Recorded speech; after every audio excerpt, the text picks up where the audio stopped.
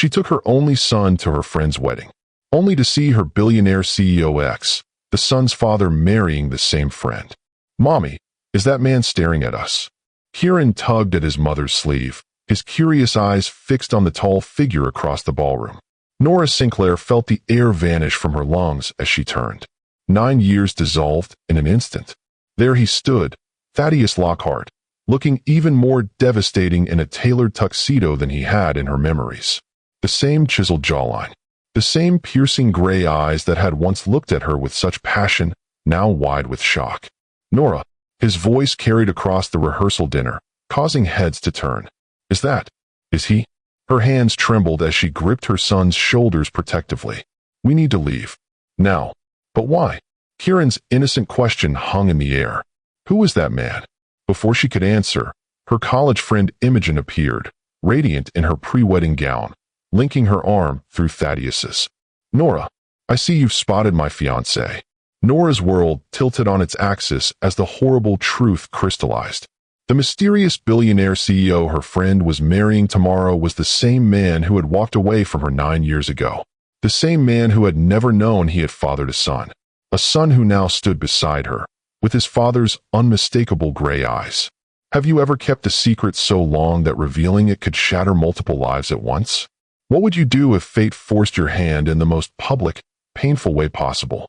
Today's story explores exactly that impossible situation, when a single mother comes face to face with her past at the worst possible moment.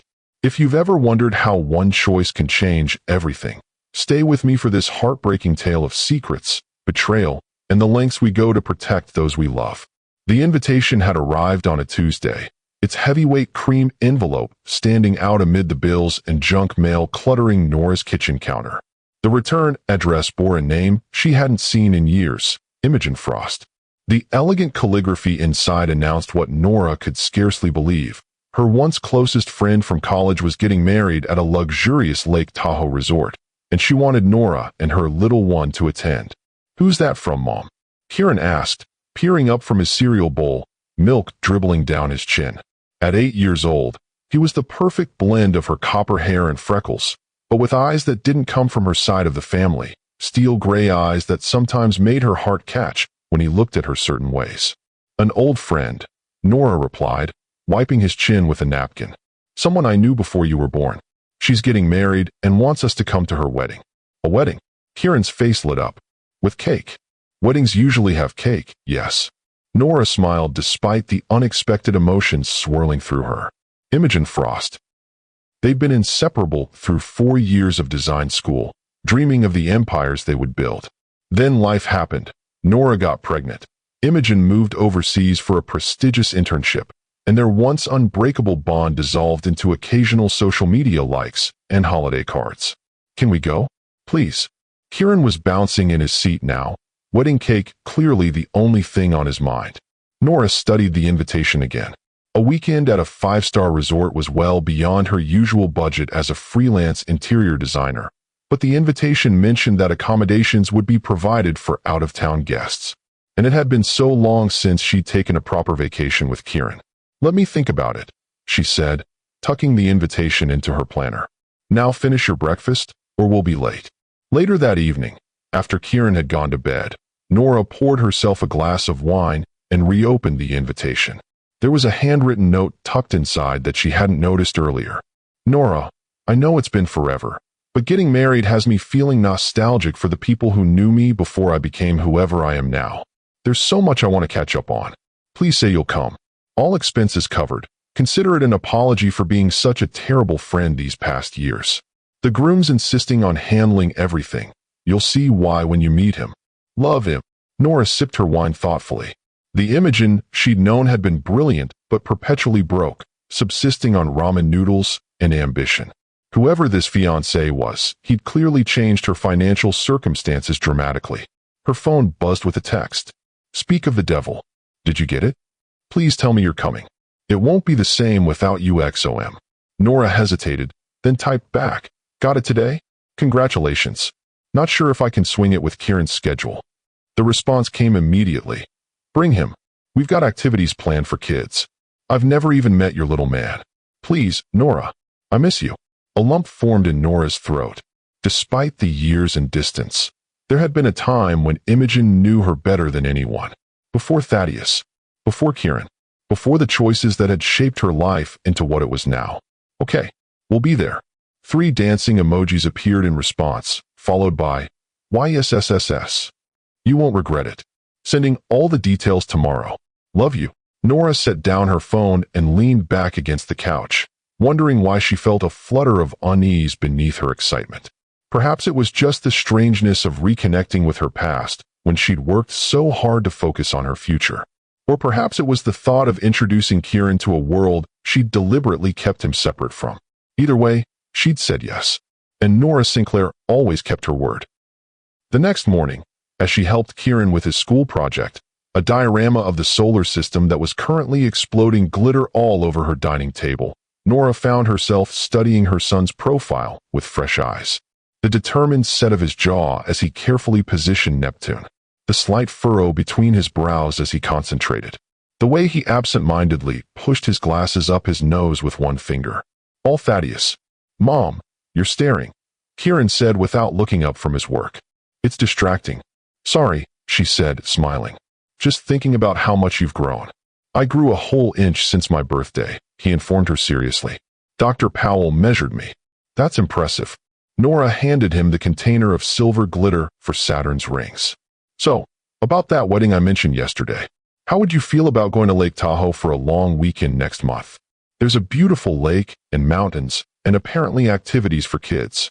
Kieran looked up, interest piqued. Can I bring my telescope? Ms. Garcia says the stars look amazing from high elevations because there's less atmosphere in the way. Less atmosphere, huh? Nora grinned. I'm sure that can be arranged. And yes, of course you can bring your telescope. Cool. He went back to his project, adding thoughtfully, I've never been to a wedding before. They're fun, Nora assured him, though her own memories of weddings were limited. Her parents had eloped. Her brother had a courthouse ceremony. And she'd never made it that far with anyone. Not even with Thaddeus, though there had been a moment when she'd thought they might be heading in that direction. Before everything fell apart, Kieran's voice pulled her from the memory. Will the man getting married be my friend after? Like an uncle or something? The innocent question caught Nora off guard. I don't know, sweetie. I haven't met him yet. I haven't even seen Imogen in years. Oh, Kieran seemed to process this. But she's your friend? She was my very good friend, a long time ago. Before I was born. Yes. When you lived in New York? Nora nodded, wondering where this line of questioning was headed. Kieran had always been curious about her life before, though she'd kept many details vague, especially anything involving his father. Did she know my dad? And there it was. The question that inevitably emerged whenever the past came up. Nora took a deep breath, choosing her words carefully as she always did on this topic. She knew of him. They weren't friends. Kieran absorbed this, adding a splash of blue paint to earth with careful precision. Do you think I'll ever meet him? My dad. Nora's heart constricted, as it always did when Kieran asked about Thaddeus. I don't know, sweetheart. His work takes him all over the world. Not entirely a lie, last she'd heard. Thaddeus had expanded his tech company internationally. Like a spy? Kieran looked intrigued by this possibility. Nora laughed despite herself. Not exactly. More like a businessman. Very busy and important. Also not a lie. I bet I could find him, Kieran said with the casual confidence of an 8-year-old who'd recently discovered the internet. I could Google him. You'd need his name for that, Nora pointed out, then immediately regretted opening that door. So tell me. Kieran looked up at her, gray eyes serious behind his glasses. I'm old enough to know my own dad's name, Mom. Nora hesitated. She'd always planned to tell him eventually, when he was older, when the explanation of why his father wasn't in his life wouldn't sound so much like abandonment, when the whole messy truth wouldn't risk tainting his sense of self-worth. His name is Thaddeus, she said finally. Thaddeus Lockhart. Kieran tested the name silently, mouthing it to himself. That's a cool name. Like a superhero or something. I suppose it is. Nora brushed a copper curl from her son's forehead. Now, how about we finish this solar system before we're both late? As Kieran returned to his project, Nora wondered if she'd made the right choice. She'd always been careful to speak neutrally about Thaddeus, never vilifying him despite her own complicated feelings. He hadn't known about the pregnancy. That had been her choice, made in the raw aftermath of their breakup when his career was imploding and her news would have seemed like either a trap or a burden. By the time she'd realized she might have been wrong to keep Kieran a secret, Thaddeus had already rebuilt and transformed his failing startup into an international tech phenomenon. The awkward, by the way, "You have a 2-year-old son" conversation seemed impossible then, and only grew more daunting with each passing year. Now, watching Kieran complete his model of the solar system with the same methodical focus she'd once observed in his father, Nora wondered for the 1,000th time if her choice had been fair to either of them. The detail package from Imogen arrived 2 days later, and Nora's eyebrows rose higher with each page she turned. Private cabins for guests. Multiple pre-wedding events including a welcome reception, a boat cruise, and a rehearsal dinner. A separate schedule of supervised activities for children, ranging from nature hikes to craft workshops to movie nights. This was no ordinary wedding. This was the kind of extravagant celebration featured in lifestyle magazines. What exactly had Imogen been doing these past 9 years? And who was this mysterious fiancé bankrolling what must be a 6-figure wedding weekend? The final page of the package contained a personal note from Imogen. "I know what you're thinking. This is not the same girl who once wore a garbage bag as a raincoat because she couldn't afford an umbrella. Life has taken some wild turns. Can't wait to tell you everything in person. Just trust me when I say you're in for some surprises. All my love, him. P.S. I've never mentioned you to my fiancé. Thought it would be fun for you two to meet fresh. He's in tech too. You'll have loads to talk about." Nora set down the package with a frown. Something about the note struck her as odd, though she couldn't quite put her finger on why. Perhaps it was just the surreal quality of reconnecting with someone who had once known all her secrets, but who was now essentially a stranger. Shaking off her unease, Nora began making lists, clothes they would need, arrangements for their cat, out-of-office messages for her clients. Whatever this wedding turned out to be, it would at least give Kieran a chance to experience something new and exciting. And maybe, just maybe, it would give Nora a chance to reconnect with a friendship that had once meant everything to her. For weeks later, Nora's car wound up the mountain road toward the Lake Tahoe resort. Kieran pressed against the window in the back seat, exclaiming over every vista and wildlife sighting. "Mom, I think I just saw a bear," he shouted, fogging up the glass with his excitement. "Probably a large dog, honey," Nora replied, navigating a particularly sharp curve. "But keep your eyes peeled. The welcome package said there are lots of deer around the property." As they rounded the final bend, the resort came into view, and even Nora couldn't suppress a gasp. Nestled against the backdrop of snow-capped mountains and the glittering blue lake, the collection of luxury cabins and a grand central lodge looked like something from a fairy tale. Stone chimneys rose above timber roofs, and expansive windows reflected the breathtaking natural surroundings. Pristine gardens surrounded the buildings, and a wooden dock extended into the lake where several boats bobbed gently in the afternoon light. "Whoa," Kieran breathed. "Is this where we're staying?" "Apparently so," Nora said, equally awestruck. "Your mom's friend certainly knows how to pick a wedding venue." They pulled up to the welcome center, where an attendant in a crisp uniform immediately approached to take their bags and park their car. Nora felt distinctly underdressed in her travel clothes as they were escorted into the soaring lobby of the main lodge, all stone and timber and views of the lake beyond. "Miss Sinclair," a young woman with a tablet approached them. "We've been expecting you. I'm Brielle, the wedding coordinator. Miss Frost asked me to personally ensure you're settled in." "That's very kind," Nora said, acutely aware of her wrinkled blouse and Kieran's dinosaur t-shirt amid the elegant surroundings. "We're a bit travel-worn, I'm afraid." "Not to worry," Brielle smiled warmly. "Your cabin is ready, and the welcome reception doesn't begin for another 3 hours. Plenty of time to refresh and relax." She knelt to Kieran's level. "And you must be the young man Miss Frost has been excited to meet. I hear you're interested in astronomy." Kieran nodded enthusiastically. "I brought my telescope. Mom said I can look at the stars from the mountains because there's less atmosphere in the way." "That's absolutely right," Brielle said. "And we have a special stargazing event for the children tomorrow night, led by a local astronomer. Would you like me to add your name to the list?" "Yes, please." Kieran bounced on his toes, then turned to Nora. "Can I, Mom? Please." "Of course." Nora smiled, touched by the thoughtful planning. Whatever else had changed about Imogen, she'd clearly remembered Nora mentioning her son's passion for space. Brielle led them through the property to a charming cabin overlooking the lake. Inside, they found a spacious living area with a stone fireplace, a kitchenette stocked with snacks and beverages, and 2 bedrooms, the smaller one already prepared with space-themed bedding and a desk positioned by the window, perfect for setting up a telescope. "This is amazing," Nora said, genuinely impressed. "Please thank Imogen, Ms. Frost, for such thoughtful accommodations." "I will, though I should mention that the cabin assignments and special touches were arranged by Mr. Lockhart himself," Brielle replied. "He's been very involved in ensuring each guest's comfort." Nora froze, her hand still on the doorknob of her bedroom. "I'm sorry, did you say Lockhart?" "Yes, Mr. Thaddeus Lockhart, Ms. Frost's fiancé," Brielle confirmed, checking something on her tablet. "Is everything all right, Miss Sinclair? You've gone quite pale." Nora's mind raced, trying to process this bombshell.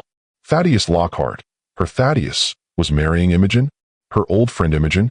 It wasn't possible. It had to be a different Thaddeus Lockhart. The name wasn't common, but surely there could be more than one. "Mom," Kieran's voice broke through her panic. "Are you okay?" Nora forced herself to breathe, to smile, to nod. "Yes, just a bit tired from the drive." "Brielle, could you remind me? I don't think Imogen ever mentioned her fiancé's full name in our correspondence." "He's in tech, correct?" "Yes, he founded Lockhart Innovations," Brielle said, clearly proud to be working on such a high-profile wedding. "The quantum encryption company? They just went public last year. It was all over the business news." It was him. Quantum encryption had been Thaddeus's obsession back when they were together, when his first company was failing and he was desperately seeking the next big idea. Back when Nora had casually suggested he look into security applications after reading an article about quantum computing, never imagining that throwaway comment would eventually become the foundation of a billion-dollar company. A company now run by the father of her child, who was currently unpacking his telescope, blissfully unaware that his mysterious, absent father was about to marry her college best friend. "Miss Sinclair." Brielle was looking at her with concern. "Would you like me to have the resort doctor check on you?" No, Nora said quickly, pulling herself together. "Just low blood sugar from the drive. I'll have something to eat and rest before the reception." "Of course." Brielle didn't look entirely convinced, but maintained her professional demeanor. "The welcome reception begins at 6 in the Lakeside Pavilion. Casual attire is fine. If you need anything at all, just call the front desk and ask for me." After Brielle left, Nora sank onto the sofa, her mind a tornado of questions and implications. Had Imogen known? Had she deliberately kept Thaddeus's identity from Nora? Or was this some cosmic coincidence, the universe's idea of a cruel joke?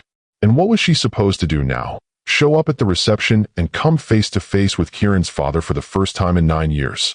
Pretend she didn't know him? Reveal their history to Imogen on the eve of her wedding? "Mom, this place is so cool." Kieran emerged from his room, oblivious to her internal crisis. "There's a welcome basket with space stuff in my room. Look, I got a NASA t-shirt and a book about constellations." Nora forced a smile. "That's wonderful, sweetie. Why don't you read your new book while I unpack? Then we can get ready for the party tonight." As Kieran settled on his bed with the book, Nora retreated to her own room and closed the door, pulling out her phone with shaking hands. She needed more information before she decided what to do. A quick search confirmed everything Brielle had said. Thaddeus Lockhart, founder and CEO of Lockhart Innovations, tech wunderkind who had transformed a failing startup into a cybersecurity powerhouse through pioneering work in quantum encryption. His company had gone public last year in one of the most successful IPOs of the decade. Forbes estimated his personal net worth at just over $2 billion. And there, in a Society page article from 6 months ago, was a photo of him with Imogen at a charity gala, her hand resting on his arm, an enormous diamond glinting on her finger. The caption read, "Tech titan Thaddeus Lockhart and interior designer Imogen Frost announce engagement at annual Metropolitan Museum benefit." Interior designer. So Imogen had pursued their shared dream after all. And somehow, in the process, she'd ended up engaged to the man who had once been the center of Nora's world. The man who had no idea he had a son who was currently in the next room, excited about a welcome basket personally arranged by his own father.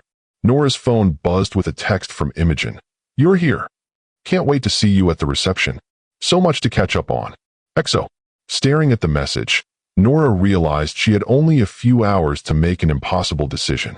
She could pack up and leave now, before anyone saw them, citing a family emergency.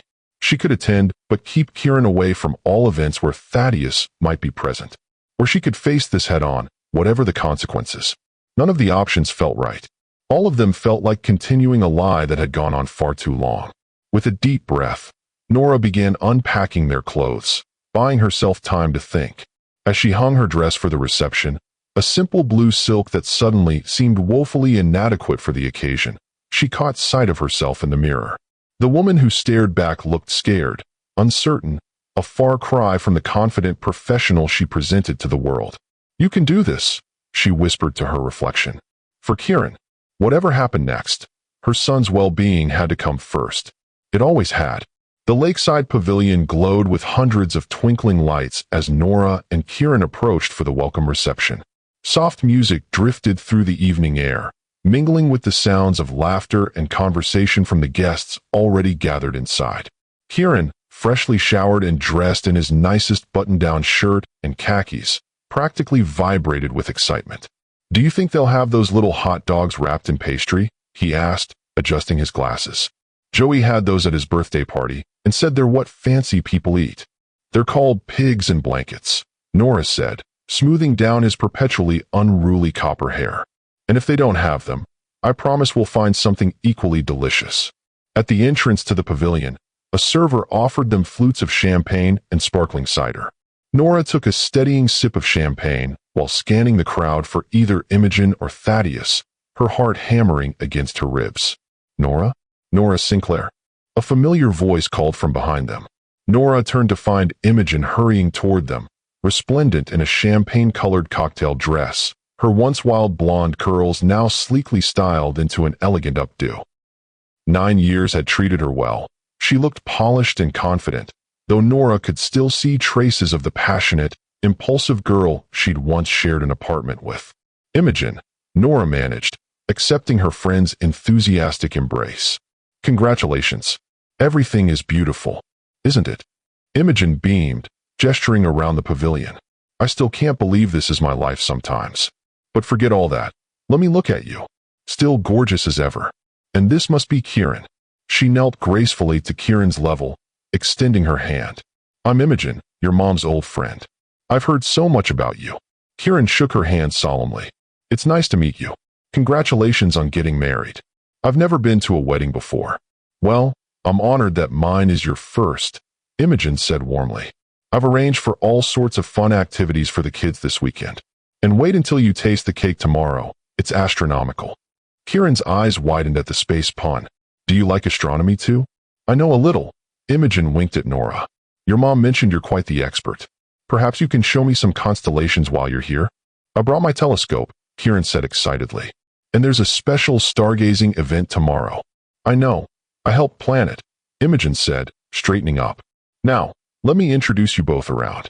The children's area is just through those doors, with supervision and activities if you get bored with all the grown-up talk." Kieran. As Imogen led them deeper into the pavilion, Nora fought to keep her expression neutral while her eyes continued their desperate search for Thaddeus. "Your fiancé, is he here yet?" she asked, trying to sound merely curious. "Thad's running a bit late," Imogen replied. "Last-minute work crisis. The price of marrying a CEO, I suppose. But he should be here any minute. You two will get along famously. He's brilliant like you, always thinking 10 steps ahead of everyone else."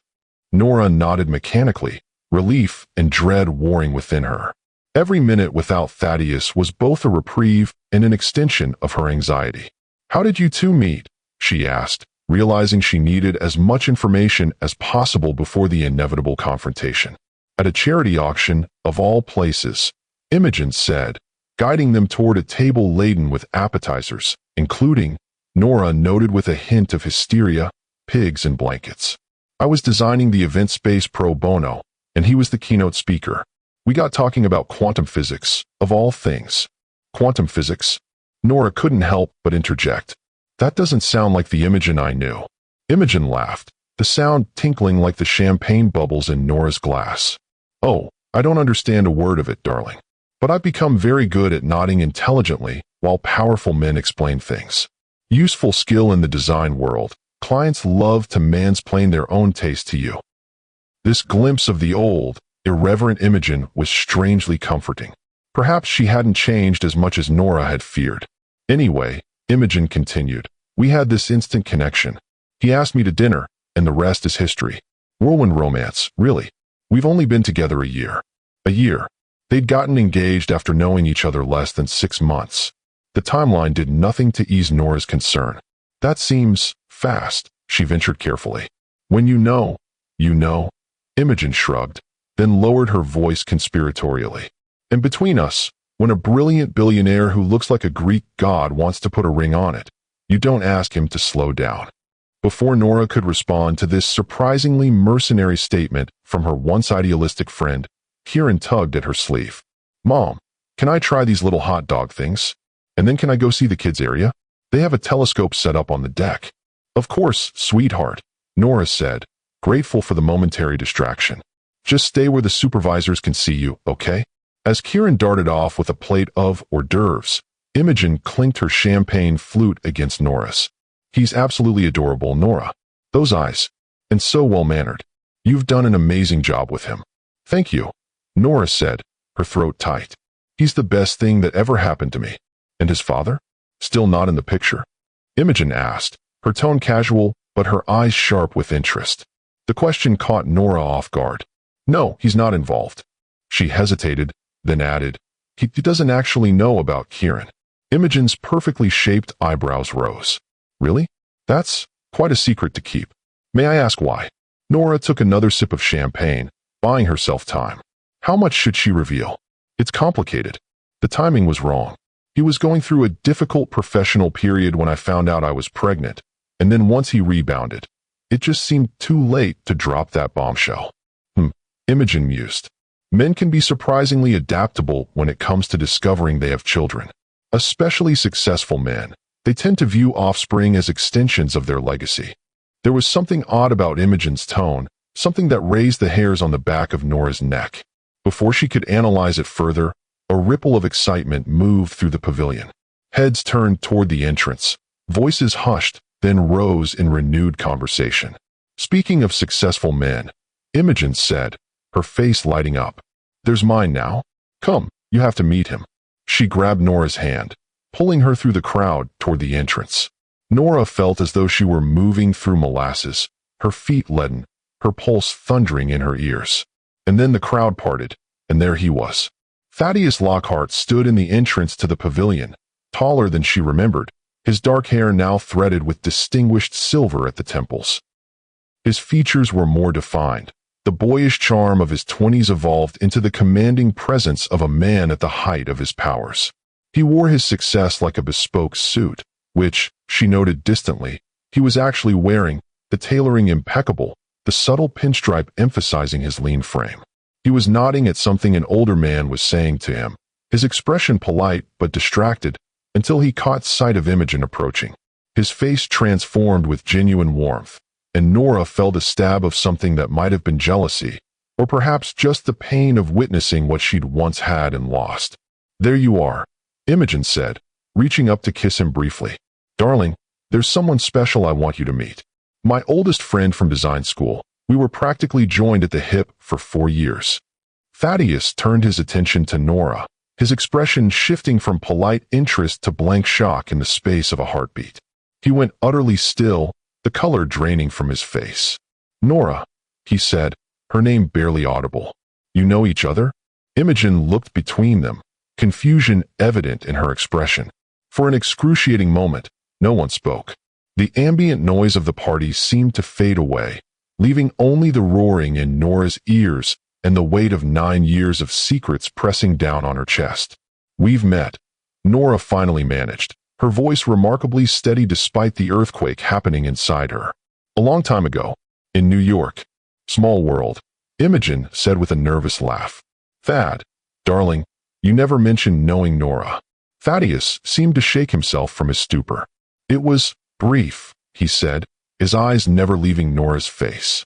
Before I started Lockhart Innovations, we moved in similar circles for a while. The understatement was so enormous that Nora might have laughed if she weren't terrified of becoming hysterical. Similar circles, as if they hadn't shared an apartment for nearly a year. As if he hadn't been the one to hold her when she cried over her father's death. As if they hadn't planned a future together before it all fell apart. How fascinating, Imogen said, looking between them with increasing curiosity. You'll have to tell me that story sometime. But Thad, you haven't properly met Nora's son yet. He's around here somewhere. Mom, as if on cue, Kieran's voice rang out across the pavilion. Mom, come quick. They've got the telescope set up, and you can see Jupiter's moons. Nora turned to see her son, their son, rushing toward them, his face alight with excitement, blissfully unaware of the emotional tsunami about to break over all their lives. Thaddeus's sharp intake of breath told her the exact moment he registered Kieran's age, his copper hair, his familiar gray eyes behind those small glasses. She saw the mental calculations happening behind his shocked expression. 9 years since they'd last seen each other. 8-year-old boy. The timing, the undeniable resemblance. Mommy, is that man staring at us? Kieran tugged at his mother's sleeve, his curious eyes fixed on the tall figure across the ballroom. Nora felt the air vanish from her lungs as she turned. 9 years dissolved in an instant. There he stood, Thaddeus Lockhart, looking even more devastating in a tailored tuxedo than he had in her memories. The same chiseled jawline. The same piercing gray eyes that had once looked at her with such passion, now wide with shock. Nora, his voice carried across the rehearsal dinner, causing heads to turn.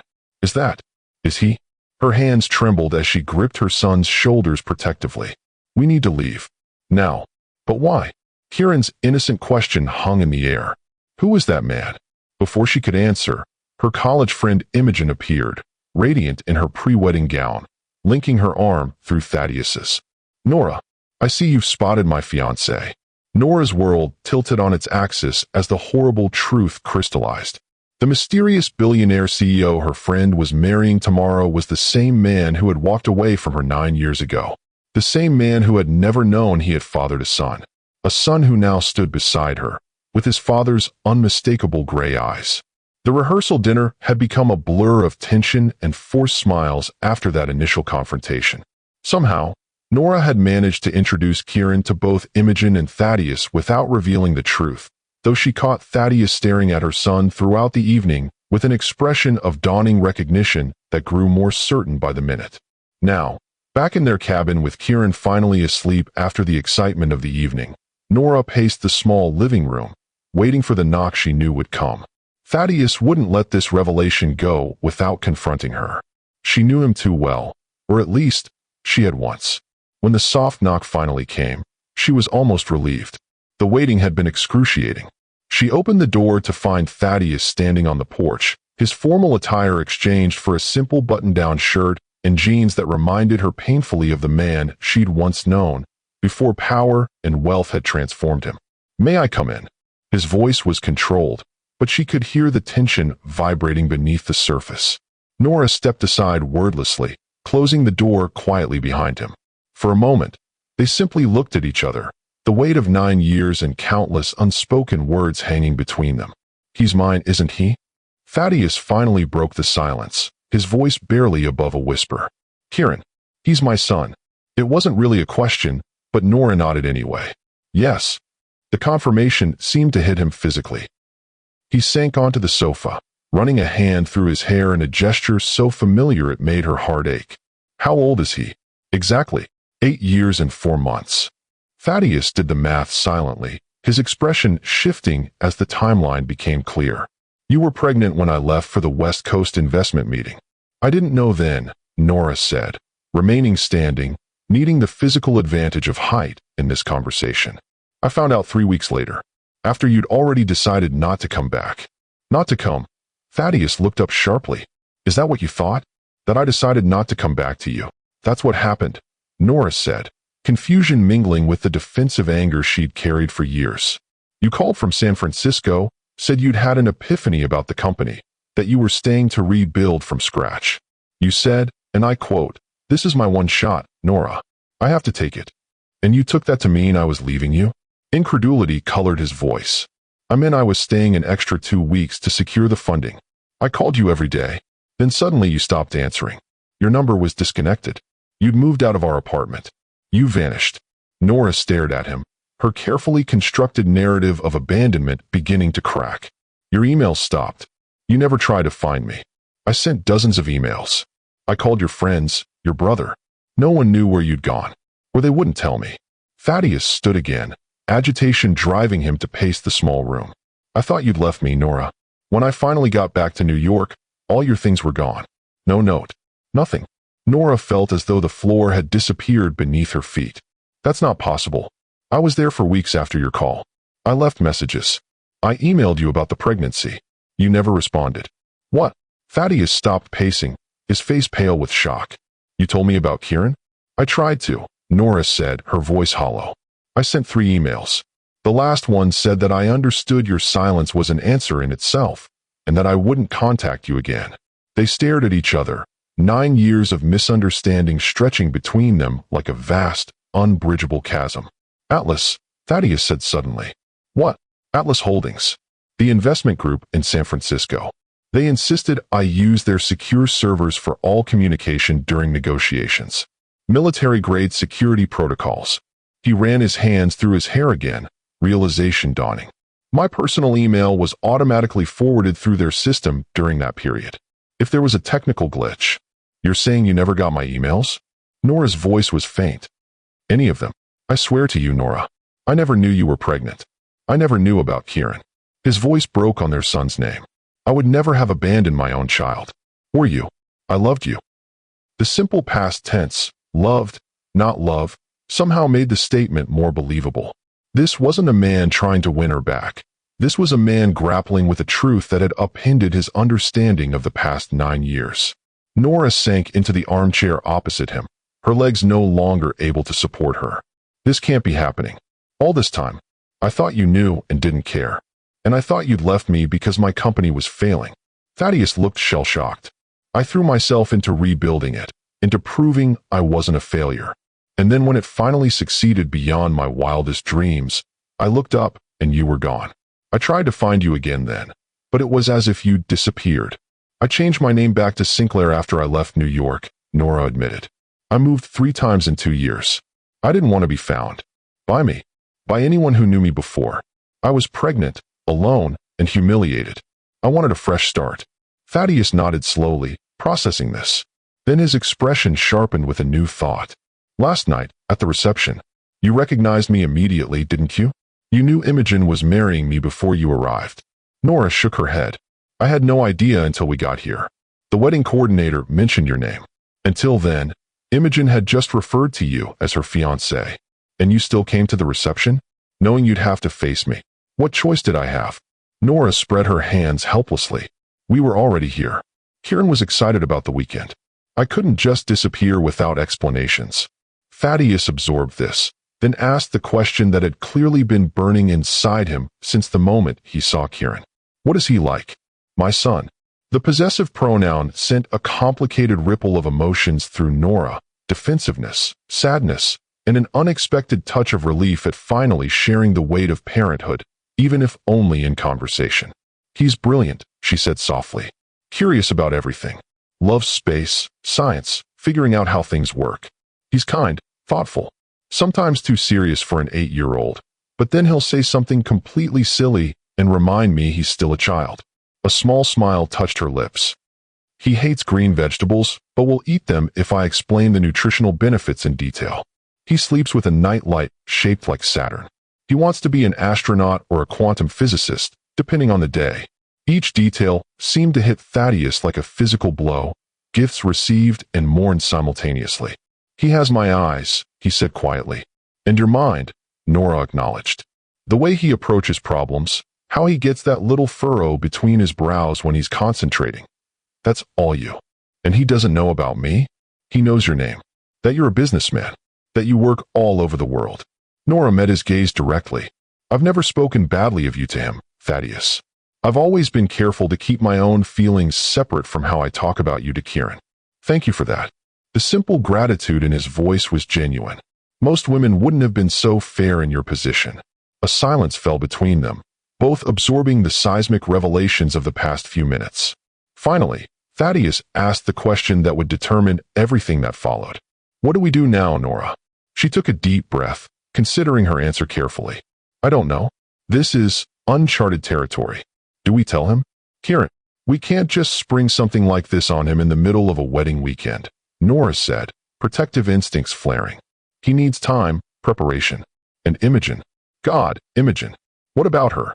You're marrying her tomorrow. Thaddeus's expression turned troubled. I need to talk to her. She deserves to know the truth before we proceed any further. The truth could devastate her, Nora pointed out. Finding out on the eve of her wedding that her fiancé has a child with her old friend? That's the kind of revelation that destroys relationships. Would you prefer I marry her without telling her? Start our life together with a lie of this magnitude? Of course not, Nora said, frustrated. I'm just saying that timing matters. Maybe wait until after the wedding. Tell her privately during your honeymoon. Thaddeus studied her with a penetrating gaze that had always made her feel transparent. Is that really about protecting Imogen, or is it about protecting yourself from an uncomfortable situation? The question stung with its accuracy. Before Nora could formulate a response, a small voice came from the hallway leading to the bedrooms. Mom? Who are you talking to? They both turned to see Kieran standing in the doorway in his space-themed pajamas, hair rumpled from sleep, glasses slightly askew. His curious gaze shifted from his mother to Thaddeus, recognition dawning on his young face. You're the man getting married, he said to Thaddeus. Ms. Frost's fiancé. Yes, Thaddeus replied, his voice carefully controlled despite the emotion Nora could see him fighting. I'm Thaddeus Lockhart. You can call me Thad, if you like. I'm Kieran, the boy said, moving further into the room. Why are you in our cabin so late? Is something wrong? Nora and Thaddeus exchanged a quick, panicked glance. This moment had arrived far sooner than either had anticipated. Nothing's wrong, sweetheart, Nora said, moving to her son's side. Mr. Lockhart and I were just catching up. We knew each other a long time ago, before you were born. In New York? Kieran asked, his quick mind making connections. Yes, in New York, Thaddeus confirmed, unable to take his eyes off his son.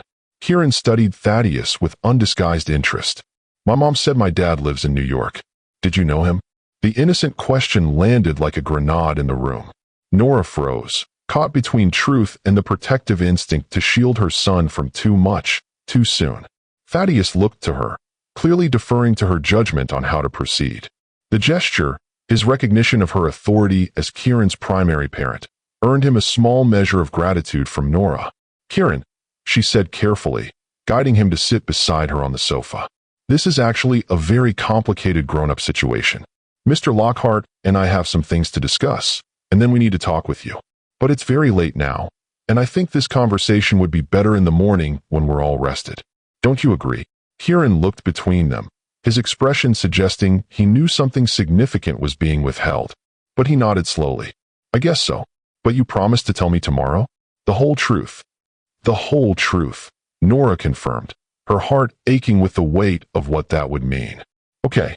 Kieran stood, then hesitated, turning back to Thaddeus. Do you like astronomy, Mr. Lockhart?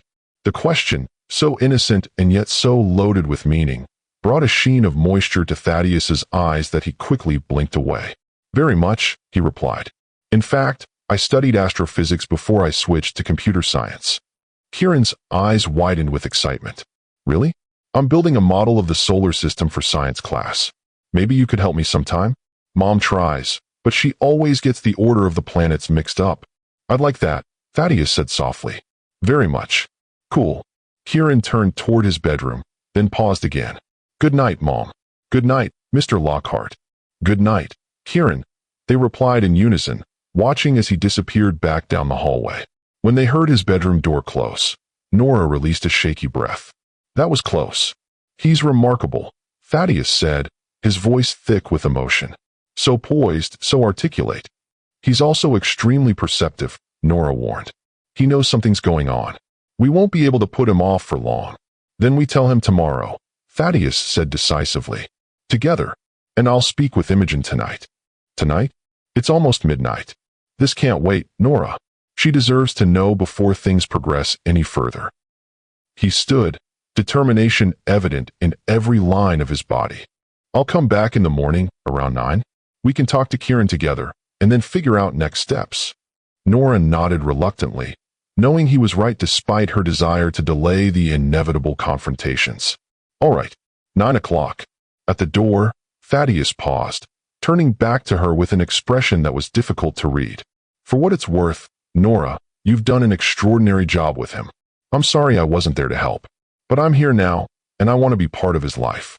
The simple declaration, devoid of accusations or recriminations, touched something deep within her. Good night, Thaddeus. After he left, Nora sank back onto the sofa, her mind replaying their conversation. 9 years of anger and hurt had been built on a misunderstanding, emails never received, calls never returned, each believing themselves abandoned by the other. And in the middle of it all, a child who had grown up without his father due to nothing more than a technological glitch, and 2 people too hurt to push past their pride and confusion. The tragedy of it all was almost too much to bear. Nora checked on Kieran, finding him already asleep again, one arm flung over his space encyclopedia.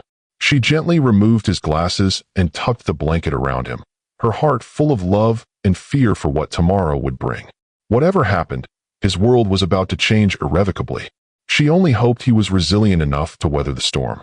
Back in the living room, Nora poured herself a glass of water and stepped onto the cabin's small deck. The night was clear, the stars brilliant against the velvet blackness of the sky. Somewhere out there was Jupiter with its moons, the sight that had so excited Kieran earlier. The vast perspective of space had always humbled her, reminding her that human dramas, no matter how all-consuming they felt, were infinitesimally small in the grand scheme of the universe. Her phone vibrated in her pocket with a text. She expected it to be from Thaddeus, perhaps reconsidering their plan for the morning. Instead, she saw Imogen's name on the screen. We need to talk. Now. My cabin. Come alone. Nora's stomach dropped.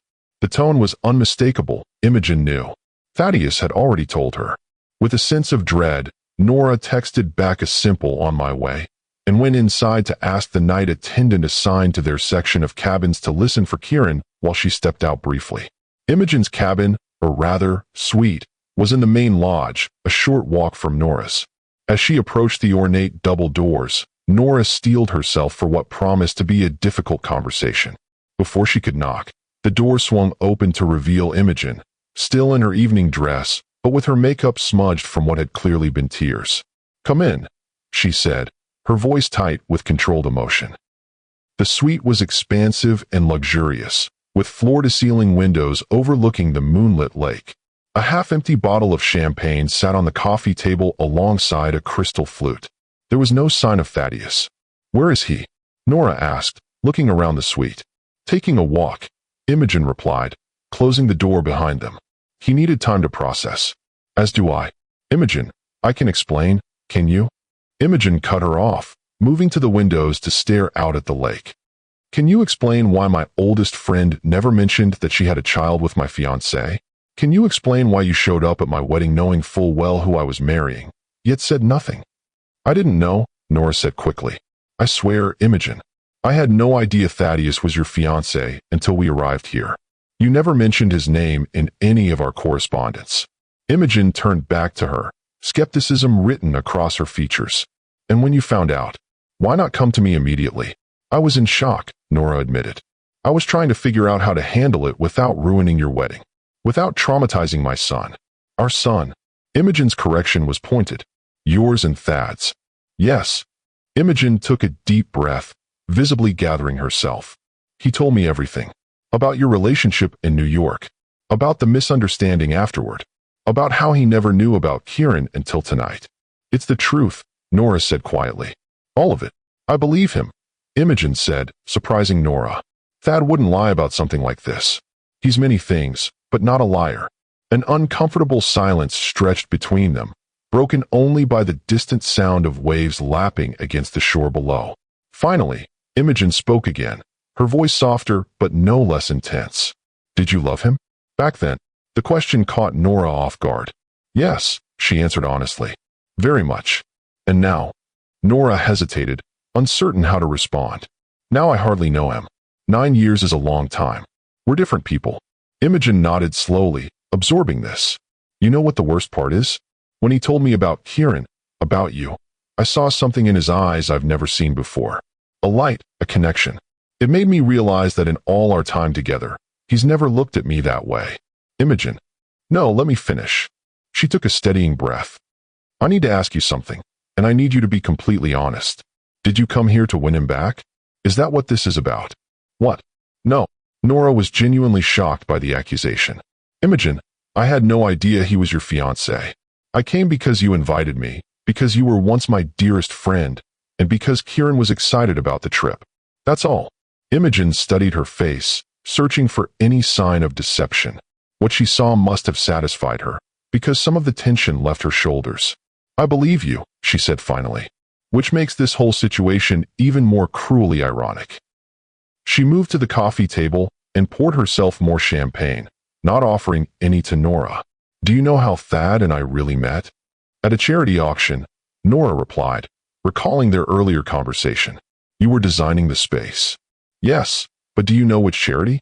Imogen took a long sip of champagne. The Metropolitan Fertility Foundation. They fund research and treatment for families struggling with infertility. The significance wasn't lost on Nora. Oh, yes, oh. The universe has quite the sense of humor, doesn't it? Imogen's laugh held no mirth. I've been working with them for years. Personal interest.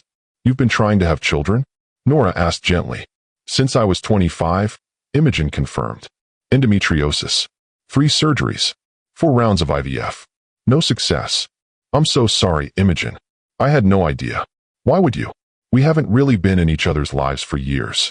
She shrugged, but the casual gesture couldn't disguise the pain beneath it. When I met Thad at that event, it felt like fate. He was so passionate about the cause, so understanding about my situation. We connected immediately, and when he proposed, he told me it didn't matter if we never had biological children. We could adopt, use surrogates, whatever it took. He just wanted a family with me. Each word was a fresh cut to Nora's heart, revealing the depth of the damage their situation would cause. He sounds like he truly cares for you. He does, Imogen acknowledged. In his way. But I'm not sure it's enough anymore. What do you mean? I mean that seeing him with Kieran, even for those few minutes at the reception, it changed something. Or rather, it revealed something that was already there. Imogen set down her champagne flute with deliberate care. He wants his son, Nora, and I can't blame him for that. But where does that leave me? The infertile fiancé who can't give him children of his own. That's not fair to yourself, Nora protested. Your worth isn't determined by your ability to have children, isn't it? Isn't that exactly what society tells women? What men ultimately want? Imogen's bitter laugh held years of accumulated pain. I've spent a decade trying to prove that theory wrong, and now I find out my fiancé already has a son with my college roommate. If that's not cosmic irony, I don't know what is. Nora moved closer, reaching for her friend's hand. What did Thaddeus say? About the wedding. That it's my decision, Imogen replied, allowing the contact. That he'll understand if I want to postpone or cancel. That he still wants to marry me, but he also wants to be part of Kieran's life, and he knows that complicates things. What do you want to do? Imogen looked at her directly, vulnerability evident in her eyes. I don't know. Part of me wants to go through with it, to claim what I've worked so hard for, what I deserve. Another part wonders if I'd always be second place in his heart now. If every time he looks at me, he'll be thinking of the family he could have had with you. That's not fair to him either, Nora said gently. People can love in different ways. His feelings for Kieran don't diminish what he feels for you. Perhaps, Imogen conceded, but they change the equation, and I need to decide if I can live with those new terms. She squeezed Nora's hand, then released it. I need time to think. Alone. Of course. Nora stood, recognizing the dismissal. For what it's worth, I'm truly sorry about all of this. The last thing I ever wanted was to hurt you, especially on what should be the happiest weekend of your life. As she reached the door, Imogen called after her. Nora, do you still have feelings for him? For Thad? Nora paused, the question hitting her like a physical blow. Did she? The man she'd seen tonight was both familiar and a stranger, the same intense gray eyes and thoughtful manner, but tempered by years of experience she hadn't shared. The connection between them was undeniable, But was it merely the echo of old feelings, or something that could reignite? I don't know, she answered honestly. But even if I did, I wouldn't act on them. Your friendship meant too much to me once. I'd like to think that still counts for something. Imogen nodded, a sad smile touching her lips. Get some sleep, Nora. Tomorrow's going to be a long day for all of us. Nora returned to her cabin, her mind whirling with the events of the night. The attendant assured her that Kieran had slept peacefully in her absence. After checking on him once more, she retreated to her own bedroom, though sleep seemed an impossible dream.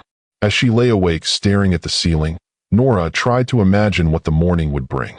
How would Kieran react to learning Thaddeus was his father? What would Imogen decide about the wedding? And where did all of this leave her? The woman who had built a life around the absence of a man who had never intentionally abandoned her. The questions circled relentlessly, offering no answers, until exhaustion finally claimed her in the early hours of the morning. Have you ever been caught in a triangle of friendship, love, and impossible choices? Share your thoughts in the comments below, because sometimes the most difficult decisions are those where every option leads to someone getting hurt. Nora awoke to sunlight streaming through the curtains and the smell of coffee brewing. For a moment, she was disoriented, the events of the previous night feeling like a strange dream. Then reality crashed back, and she sat up with a jolt. Kieran, Thaddeus, the impending conversation that would change everything. Checking the time, she saw it was nearly 8:30. Thaddeus would arrive in half an hour. She quickly showered and dressed, trying to prepare herself mentally for what was to come. When she emerged from her bedroom, she found Kieran already up, sitting at the small kitchen counter with a bowl of cereal and his space encyclopedia. "Morning, Mom," he said, looking up from his book. "I made coffee." "I see that," she smiled, touched by his thoughtfulness. "Thank you, sweetheart. Mr. Lockhart is coming over this morning, isn't he?" Kieran asked, watching her carefully over the rim of his glasses. "To finish your talk from last night." "Yes," Nora confirmed, pouring herself a cup of the coffee, strong, the way she liked it. Kieran was always attentive to such details. "He'll be here at 9. We have something important to discuss with you." "Is it about my dad?" The direct question caught her off guard, though perhaps it shouldn't have. Kieran had always been perceptive, and the tension of the previous night had been obvious even to a child. "What makes you ask that?" she hedged, buying time. Kieran shrugged with a casualness that didn't quite reach his eyes. "Mr. Lockhart was looking at me weird all night at the reception, and then he came here super late to talk to you. And you both got all quiet when I asked if he knew my dad." He pushed his cereal around the bowl.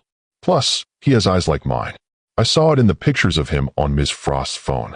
Nora's heart squeezed painfully. Of course he had noticed, her brilliant, observant son who missed nothing. "Yes," she said quietly. "It is about your dad." Kieran nodded, processing this confirmation. "Is Mr. Lockhart my dad?" The simple, direct question hung in the air between them. Nora had imagined this moment 1,000 different ways over the years, but never like this, in a luxurious cabin the morning before his father's wedding to another woman. "Yes," she said finally, deciding that honesty was the only possible path forward. "Thaddeus is your father." Kieran's expression remained remarkably composed, though she saw a flicker of emotion in his eyes, relief, perhaps, at having his suspicion confirmed. Or maybe something deeper, more complex. "Why didn't he ever come see me before?" he asked, the question heartbreakingly simple. "He didn't know about you," Nora explained gently. "I thought I had told him, but my messages never reached him. He only found out last night, when he saw you at the reception." "Really?" Hope and skepticism warred in Kieran's young face. "He didn't know about me at all?" "Really," Nora confirmed. "If he had known, I believe he would have been part of your life from the beginning." Kieran seemed to consider this carefully, his gaze dropping to his cereal bowl. "Is that why you're telling me now? Because he wants to be part of my life?" "Yes," Nora said, moving to sit beside him. "He very much wants to know you, Kieran. But we both thought you should have a say in how that happens. It's a lot to take in, and no one would blame you if you needed time. Does this mean we're staying for the wedding?" The question was so practical, so unexpectedly mundane amidst the emotional complexity of the situation, that Nora couldn't help but smile. "That's one of the things we need to figure out. A lot depends on what Miss Frost decides." "Because she just found out her fiancé has a kid she didn't know about," Kieran reasoned, connecting the dots with his usual quickness. That's kind of a big deal before you marry someone. Yes, it is, Nora agreed, constantly amazed by her son's emotional intelligence. She's thinking about what she wants to do. Kieran nodded thoughtfully. I hope she still gets married. She seemed really happy yesterday. Before Nora could respond to this surprisingly mature observation, a knock sounded at the door. Kieran's eyes immediately darted toward the sound, a mixture of nervousness and anticipation crossing his face. Ready? Nora asked him softly. I think so, he replied, straightening his glasses with a gesture that reminded her painfully of his father. Nora opened the door to find Thaddeus standing on the porch, looking as though he hadn't slept any more than she had. He was casually dressed in jeans and a soft gray sweater that matched his eyes, Kieran's eyes. Good morning, he said, his gaze moving past her to where Kieran sat at the counter. I hope I'm not too early. Not at all, Nora replied, stepping aside to let him in. We were just having breakfast. Would you like some coffee? Please, Thaddeus said, moving into the cabin with a carefulness that spoke volumes about his awareness of the significance of this moment. An awkward silence fell as Nora poured him coffee. Kieran and Thaddeus studied each other openly, neither quite knowing how to begin. I like your sweater, Kieran said finally, breaking the tension. Gray is my favorite color. Mine too, Thaddeus replied, a small smile softening his features. It's the color of possibility, neither black nor white, but something more complex in between. Kieran's eyes widened slightly at this philosophical observation. Yeah, exactly. That's what I always think too. Mom says it's because it matches my eyes, but I think it's deeper than that. Sounds like we think alike, Thaddeus said, accepting the coffee Nora handed him with a grateful nod. Mom told me you're my dad, Kieran stated directly, causing both adults to freeze momentarily. She said you didn't know about me until yesterday. Is that true? Thaddeus set down his coffee carefully, giving the question the serious consideration it deserved. Yes, it's true. If I had known about you, Kieran, I would have been in your life from the very beginning. Not knowing you existed, it's the greatest regret of my life. Kieran absorbed this, his expression thoughtful. So it wasn't that you didn't want me? No, Thaddeus said emphatically, emotion thickening his voice. Never that. I would have wanted you more than anything in the world. Something in Kieran's posture relaxed slightly at this assurance, a tension he'd carried for so long that neither he nor Nora had fully recognized it until it began to ease. I have a lot of questions, he said. I'm sure you do, Thaddeus replied. And I promise to answer every single one as honestly as I can, for as long as you want to ask them. Starting with, Kieran took a deep breath, as if gathering courage. Are you still getting married today? To Ms. Frost. The directness of the question seemed to surprise Thaddeus.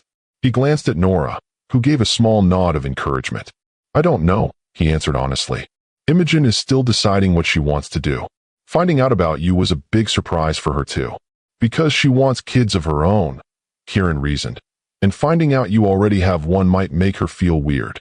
Both adults stared at him, startled by his insight. That's partly it, Thaddeus acknowledged. How did you know that? Kieran shrugged.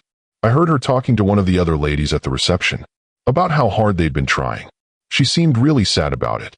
Nora and Thaddeus exchanged a look of shared amazement at their son's perceptiveness. You're very observant, Thaddeus said. Mom says I notice things other people miss, Kieran replied, a hint of pride in his voice. She's right. Thaddeus hesitated, then asked the question that was clearly most important to him. Kieran, how do you feel about all this? About finding out I'm your father? About possibly getting to know each other? Kieran considered the question with a seriousness that belied his 8 years. I always wondered about you, he said finally. What you were like. If I was like you. Mom told me some things, but it wasn't the same as knowing for real. He adjusted his glasses, gathering his thoughts. I think I'd like to know you, if you want to know me too. The simple declaration, delivered with a child's straightforward honesty, visibly moved Thaddeus. I want that very much, he said, his voice thick with emotion. More than anything. Kieran nodded, satisfied with this answer. Good. Then we can start with you explaining quantum encryption to me. Mom tried once, but she got all the physics wrong. The tension in the room broke as both adults laughed, Thaddeus's eyes meeting Nora's over their son's head in a moment of shared wonder at the remarkable child they had created. I'd be happy to explain quantum encryption, Thaddeus said, smiling. Though I should warn you, it's pretty complex stuff. I can handle it, Kieran assured him confidently. I've been reading about quantum mechanics since I was 6. As Kieran began peppering Thaddeus with questions about his work, Nora watched them together, her heart a tangle of emotions too complex to name.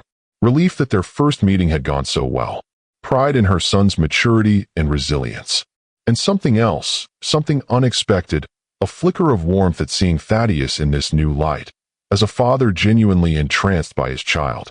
Her phone buzzed with an incoming text, breaking her reverie. It was from Imogen. Decision made. Need to see you both. My sweet, 11 a.m. Nora showed the message to Thaddeus, whose expression grew serious once more. Whatever Imogen had decided would shape all their futures, not just the wedding, but the complex family dynamics that would follow. We should go, he said quietly. Will Mrs. Powell be available to stay with Kieran? I don't need a babysitter, Kieran protested, having seen the message exchange. I'm old enough to stay by myself for a little while. It's not about age, sweetheart, Nora explained gently. It's about giving the grown-ups some space to figure things out. This is a complicated situation for everyone. Because of the wedding? Yes, and because of other things too. Nora hesitated, then decided Kieran deserved more transparency. There's something else we haven't told you. Something medical. Kieran's eyes widened slightly behind his glasses. Is something wrong with me? No, nothing's wrong, Nora assured him quickly. But you remember how sometimes you get those sharp pains in your joints? And how you bruise more easily than other kids? Kieran nodded. Dr. Powell said it might be a connective tissue thing. Right? It's called Ehlers-Danlos syndrome. It's genetic, which means it's passed down from parents to children. Nora glanced at Thaddeus, who was listening with growing concern. I don't have it, which means it likely came from your father's side of the family. Do I have it? Thaddeus asked, his brow furrowed. I don't know, Nora admitted. But if Kieran does have EDS, knowing your medical history could be very important for his treatment. That's one of the things we need to discuss with Imogen, how to handle Kieran's medical needs going forward. What kind of treatment would I need? Kieran asked, a hint of anxiety entering his voice for the first time. Nothing dramatic, Nora assured him. Mostly monitoring, maybe physical therapy, being careful with certain activities. But having your father's medical information will help the doctors know exactly what we're dealing with. Thaddeus moved closer to Kieran, his expression serious but gentle. If there's anything I can do to help, tests, medical history, whatever's needed, I'll do it immediately. Your health is the most important thing. The simple declaration seemed to reassure Kieran. Okay, but I still don't need a babysitter while you talk to Ms. Frost. Nora and Thaddeus exchanged a look, silently negotiating.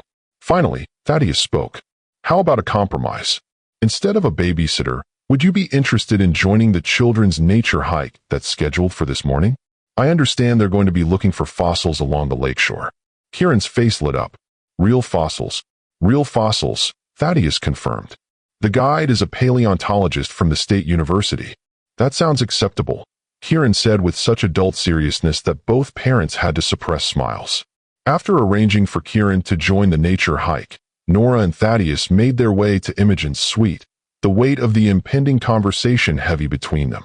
Neither spoke much during the short walk, each lost in their own thoughts about what Imogen might have decided and what it would mean for all of them. When they arrived at her suite, they found Imogen transformed from the emotional woman of the previous night. She was perfectly put together in a crisp white blouse and tailored pants, her hair swept into an elegant updo, her makeup flawless. Only the slight shadows beneath her eyes betrayed any sign of a difficult night.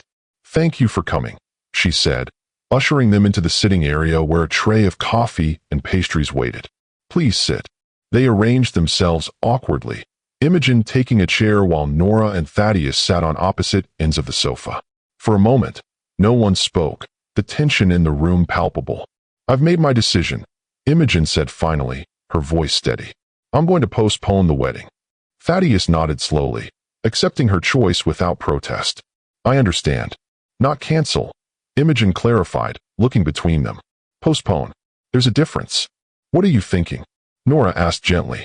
I'm thinking that none of us should make permanent, life-altering decisions in the midst of such an emotional situation. Imogen replied, her tone measured and thoughtful. Thad and I need time. Time for him to get to know his son. Time for me to process what this means for our relationship. Time for all of us to figure out how we move forward. She turned her gaze directly to Thaddeus. I love you, she said simply. That hasn't changed overnight. But the circumstances of our life together have changed dramatically, and I need to be certain I can accept those new terms before I commit to forever. That's more than fair, Thaddeus acknowledged. I want you to be sure, Imogen. About all of it. What about the guests?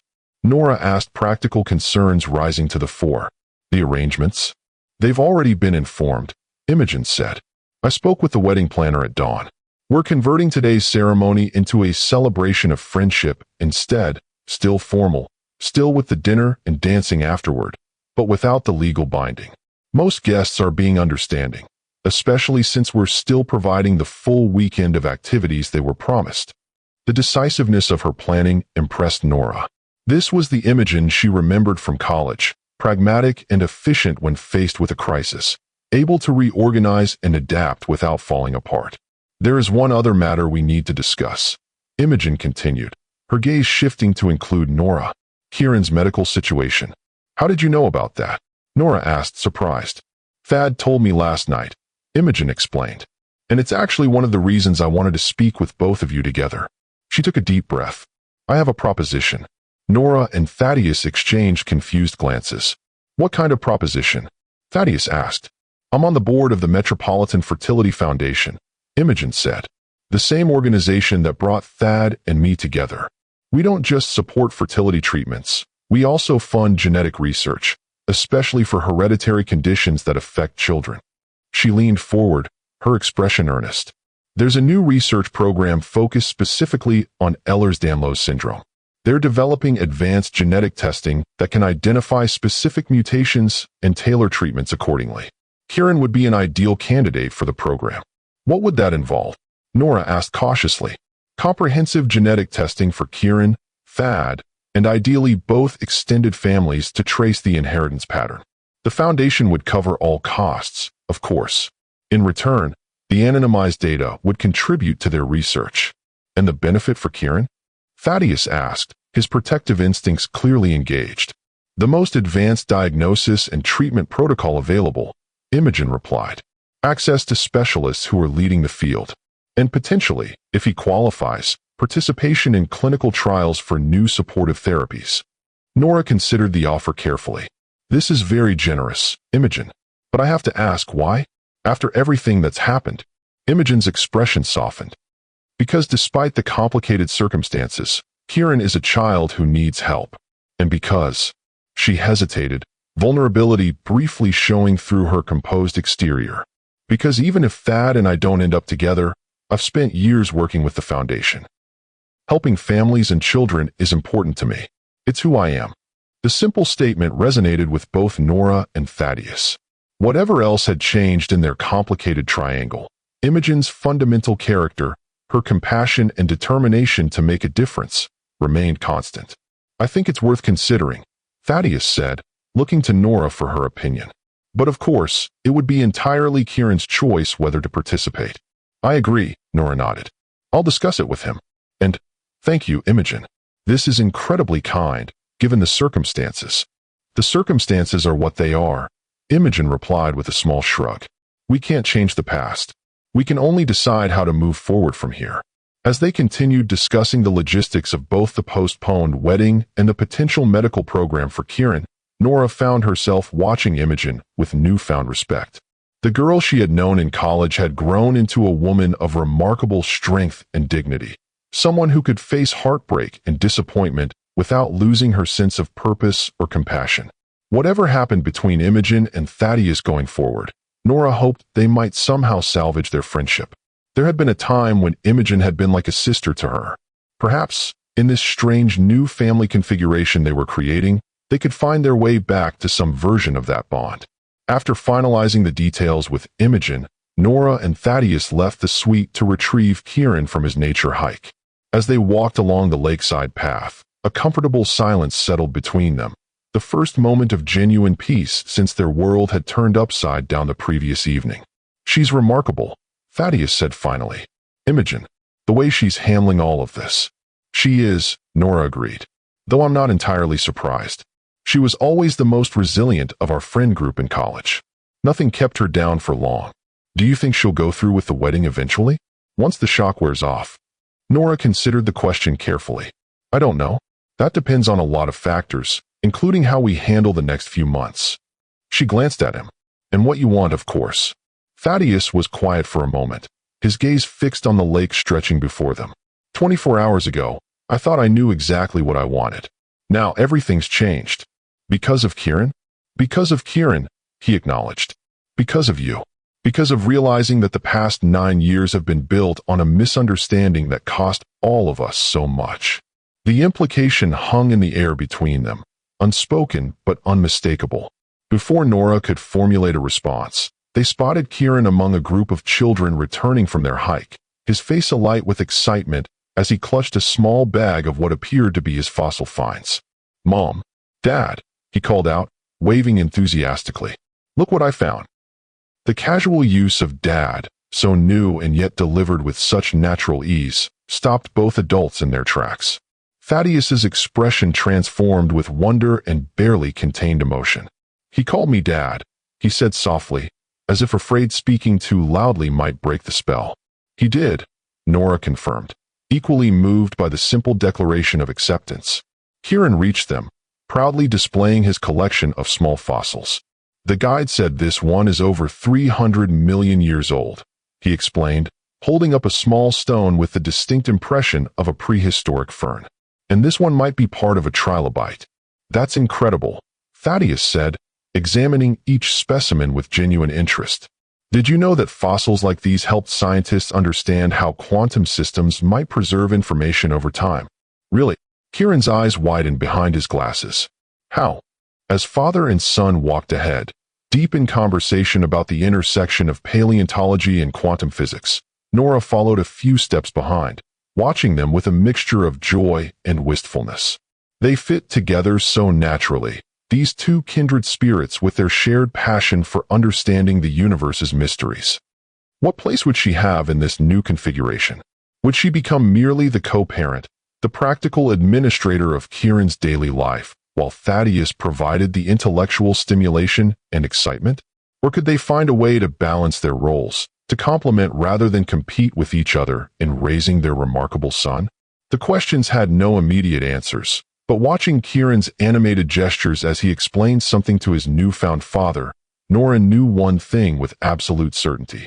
Whatever complexities lay ahead, seeing her son this happy made every difficult conversation worth it. The remainder of the day passed in a whirlwind of activity. Imogen's celebration of friendship required nearly as much preparation as a wedding would have. Guests needed to be informed of the change in plans, the ceremony needed to be modified, and 1,000 small details required attention.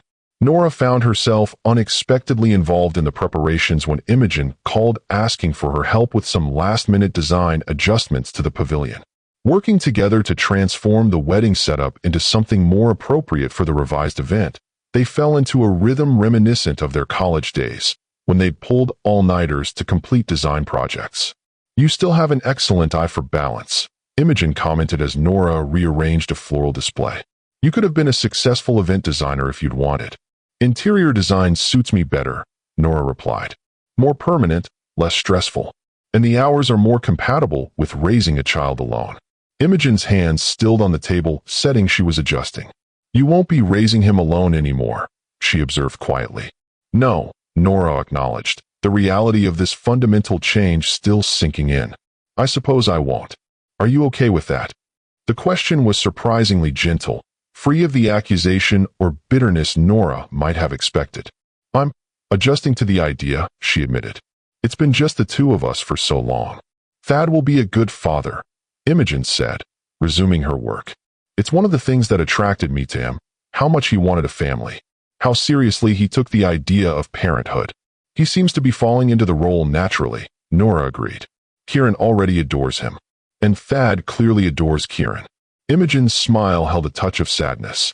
I saw them together earlier, heads bent over some science project Thad improvised from materials in his suite.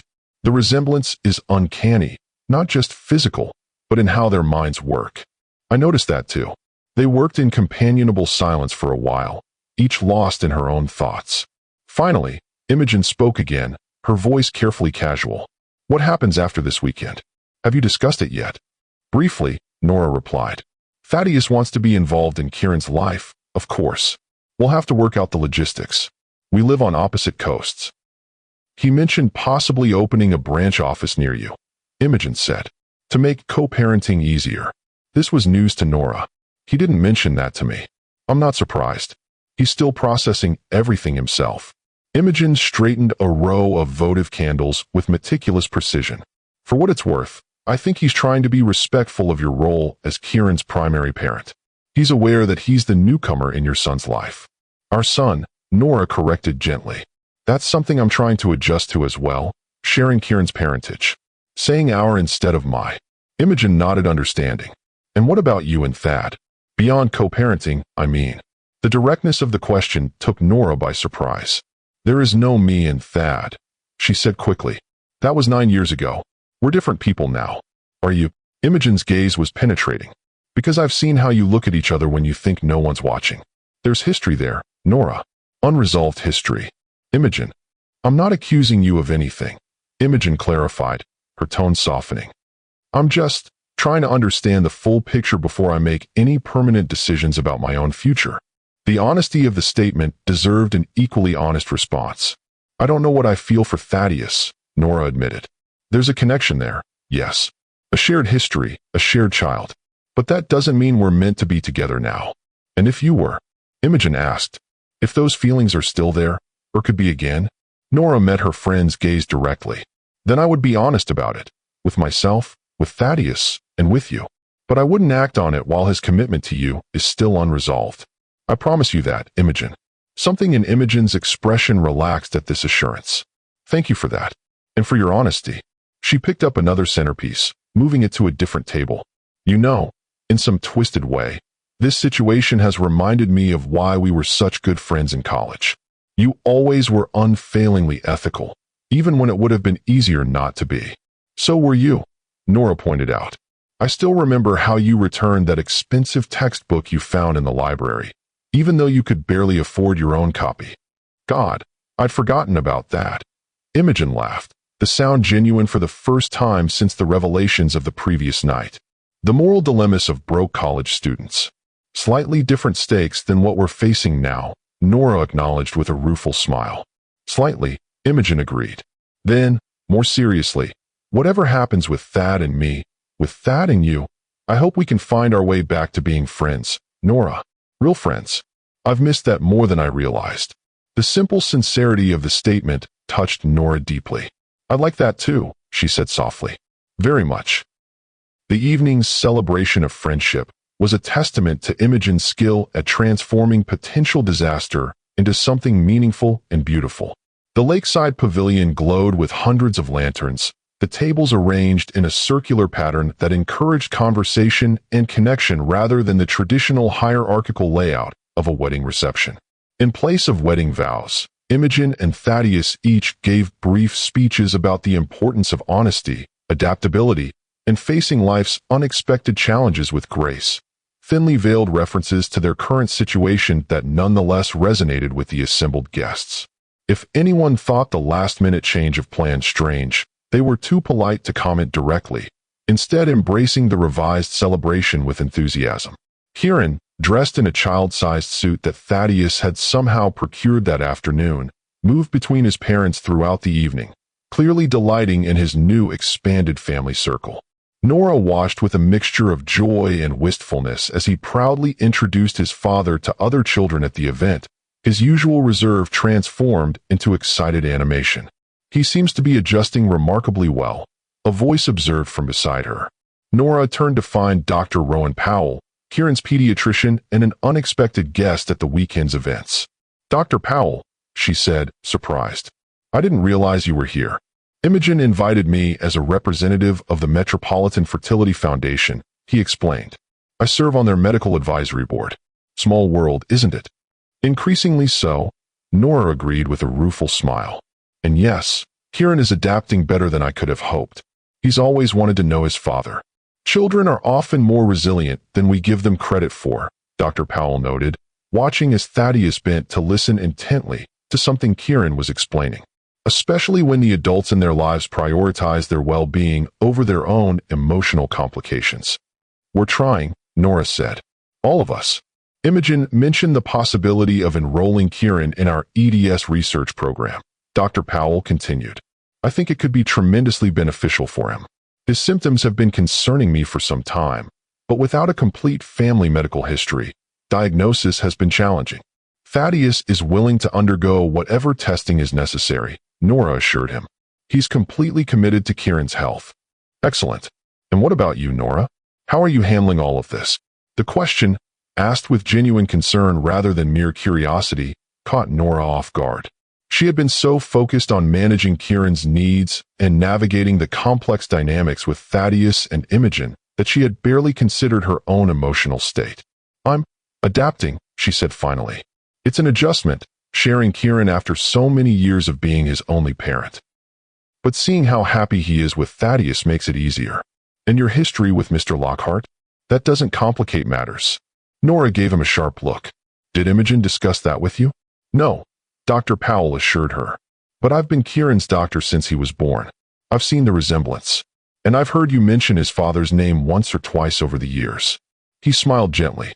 "Doctor-patient confidentiality works both ways, Nora. Your secrets have always been safe with me." "Thank you for that," she said, touched by his discretion.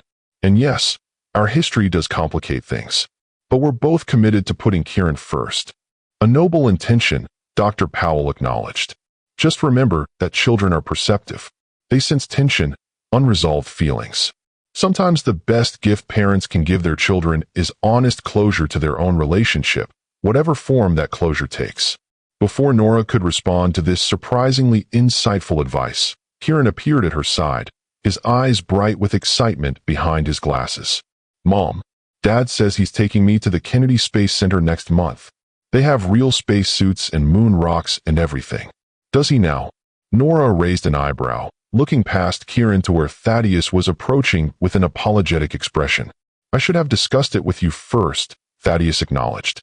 "Kieran mentioned his interest in space exploration, and I got carried away with the possibilities." "I see," Nora said, amused despite herself at his evident enthusiasm. "Well, we'll have to check the school calendar before making any definite plans." "Of course," Thaddeus agreed quickly. "Whatever works best for both of you." Dr. Powell excused himself tactfully, leaving the three of them, mother, father, son, standing together in a configuration that was both brand new and somehow deeply familiar. "They're about to start the dancing," Kieran informed them importantly. "Ms. Frost said I should tell you both to come to the dance floor." "Did she now?" Nora exchanged a look with Thaddeus, wondering what Imogen was planning. They followed Kieran to the large wooden dance floor that had been constructed at the center of the pavilion. Soft lights twinkled overhead, and the live band was preparing to begin their first set. Imogen stood near the bandstand, resplendent in a silver gown that caught the light with every movement. "Ladies and gentlemen," she addressed the gathered guests, her voice clear and composed. "In place of the traditional first dance between bride and groom, I'd like to invite everyone to join us on the dance floor for a celebration of connections, old and new, expected and surprising." She gestured to where Nora, Thaddeus, and Kieran stood. "Sometimes life presents us with unexpected turns, but if we're brave enough to follow them, they can lead to something even more beautiful than what we had planned." With that surprisingly philosophical statement, she nodded to the band, who began playing a gentle waltz. Imogen descended from the bandstand and approached Thaddeus, extending her hand in invitation. He took it with a questioning look, and she leaned close to whisper something in his ear that made his expression shift from confusion to understanding. As Thaddeus and Imogen began to dance, other couples joined them on the floor. After a moment's hesitation, Nora knelt beside Kieran. "Would you like to dance with your mom?" she asked with a smile. "I don't really know how," he admitted, looking uncertain. "That's okay. You can stand on my feet, and I'll show you the steps." As Nora guided Kieran through a simplified waltz, she caught glimpses of Thaddeus and Imogen in conversation as they danced. Whatever they were discussing seemed intense, but not angry. Imogen's expression was thoughtful, Thaddeus's earnest. After one circuit of the dance floor, Imogen guided Thaddeus toward Nora and Kieran. "May we cut in?" she asked with a smile that contained both sadness and genuine warmth. "I'd love a dance with this handsome young man, and I think these two might have some things to discuss." Before Nora could process what was happening, Imogen had taken Kieran's hand and led him away, leaving her standing face to face with Thaddeus. "May I?" he asked quietly, extending his hand. Nora hesitated only briefly before placing her hand in his. As they began to move together, she was struck by how familiar it felt, his hand at her waist, their steps naturally falling into sync. They had danced like this years ago, at charity galas and friends' weddings, before everything fell apart. "What did Imogen say to you?" she asked, keeping her voice low. "That she's going to Europe for a few months," Thaddeus replied, his expression complex. "To think, to heal, to decide what she truly wants. And that while she's gone, she wants me to do the same." "And what do you want, Thaddeus?" The question emerged before Nora could stop it. His gray eyes, so like Kieran's, held her steadily. "I want to be a father to my son. I want to make up for the years I've missed. Beyond that," he hesitated. "I think we all need time, Nora. Time to process, to adjust, to figure out what this new reality means for each of us." It was a measured, thoughtful response, neither a declaration nor a dismissal. And in that moment, Nora realized it was exactly what she needed to hear. Not promises, not regrets, but an acknowledgement that they were all navigating uncharted waters, and that rushing forward without careful consideration would only lead to more pain and confusion. "I agree," she said simply. "Time is what we all need." They continued dancing in companionable silence, each lost in their own thoughts, yet connected by the gentle rhythm of the music and the shared knowledge that whatever the future held, their lives were now irrevocably intertwined through the bright-eyed boy currently being taught an elaborate twirl by Imogen across the dance floor. The next morning dawned clear and bright, the lake a perfect mirror of the blue sky above. Most of the wedding guests had departed the previous evening or early that morning, leaving the resort peaceful and relatively empty. Nora stood on the deck of their cabin, coffee in hand, watching Kieran and Thaddeus at the end of the dock. They had risen early to set up Kieran's telescope for one last observation session before the drive home. Even from a distance, their connection was evident in their matching postures, the animated gestures as they discussed whatever celestial object had captured their attention. The sound of footsteps on the deck announced Imogen's arrival. She looked fresh and composed in a simple sundress, her engagement ring notably absent from her left hand. "Morning," she said, joining Nora at the railing. "They're quite the pair, aren't they?" "They are," Nora agreed, offering her a cup of coffee from the carafe she'd prepared. "How are you doing?" "Really?" Imogen accepted the coffee with a grateful nod. "Surprisingly okay, all things considered. There's a certain relief in postponing the wedding, actually. I think part of me knew we were moving too fast, but I got caught up in the romance of it all." "What happens now?" Nora asked. "Thaddeus mentioned you're going to Europe?" "Yes, for 3 months at least. I have clients in Paris and Milan who've been asking me to consult on projects for ages. It seems like the perfect time to accept." Imogen sipped her coffee thoughtfully. "Distance will be good for all of us, I think. Give everyone space to adjust to this new reality. And when you return?" "That depends on a lot of things," Imogen said with a small shrug. "On what I discover about myself while I'm away. On what Thad discovers about himself while I'm gone. On whether there's still a foundation for us to build on." She turned to face Nora directly. "And it depends on you and Thad too. On whether there's something still there that needs to be explored." "Imogen, I'm not accusing you of anything," Imogen assured her quickly. "But I'm not blind either. There's a connection between you that goes beyond just being Kieran's parents. Maybe it's just the echo of your past relationship, or maybe it's something more. Either way, I'd rather know the truth than live with uncertainty." Her honesty deserved an equally honest response. "I don't know what's between Thaddeus and me anymore," Nora admitted. 9 years is a long time. We're different people now. "But some things don't change," Imogen observed, her gaze returning to the pair on the dock. "Some connections endure, even when we think they're lost forever." They stood in companionable silence for a moment, watching as Kieran pointed excitedly at something visible through the telescope, Thaddeus bending to look.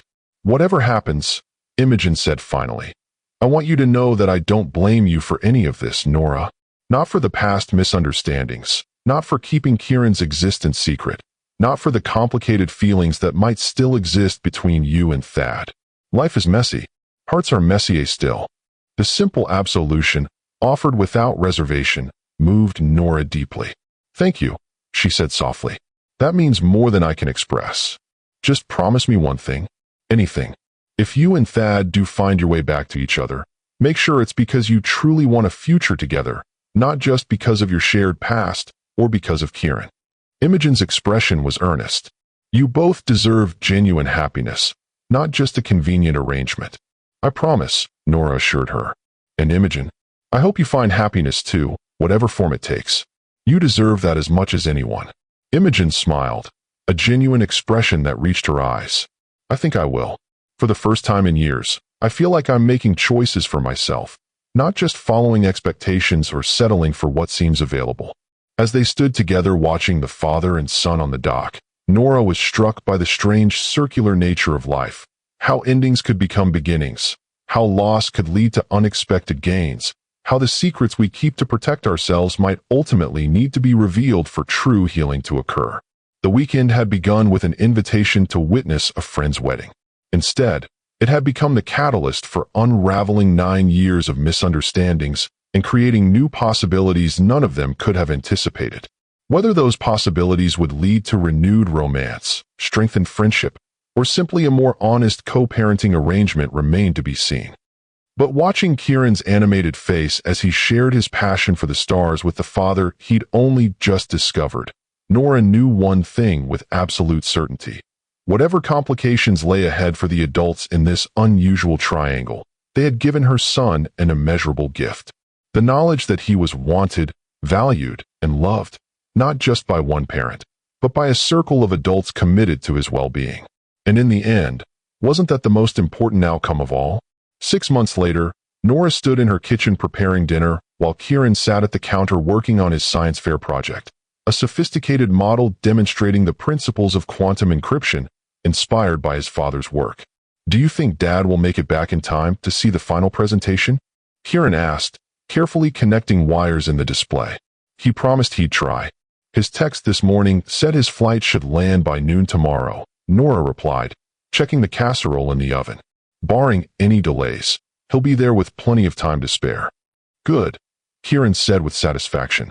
I want to show him how I implemented his suggestions about the visual demonstration. Nora smiled at her son's obvious excitement. The past 6 months had seen remarkable changes in their lives, all revolving around the new relationship between father and son. Thaddeus had indeed opened a West Coast office of his company, allowing him to spend at least 1 week each month in the same city as Kieran. Between those visits, they maintained daily video calls, collaborating on science projects, discussing books they were both reading, and building the bond that circumstances had denied them for 8 years. The doorbell rang, interrupting her thoughts. That must be your father now, she said, checking her watch with surprise. He's a day early. Yes.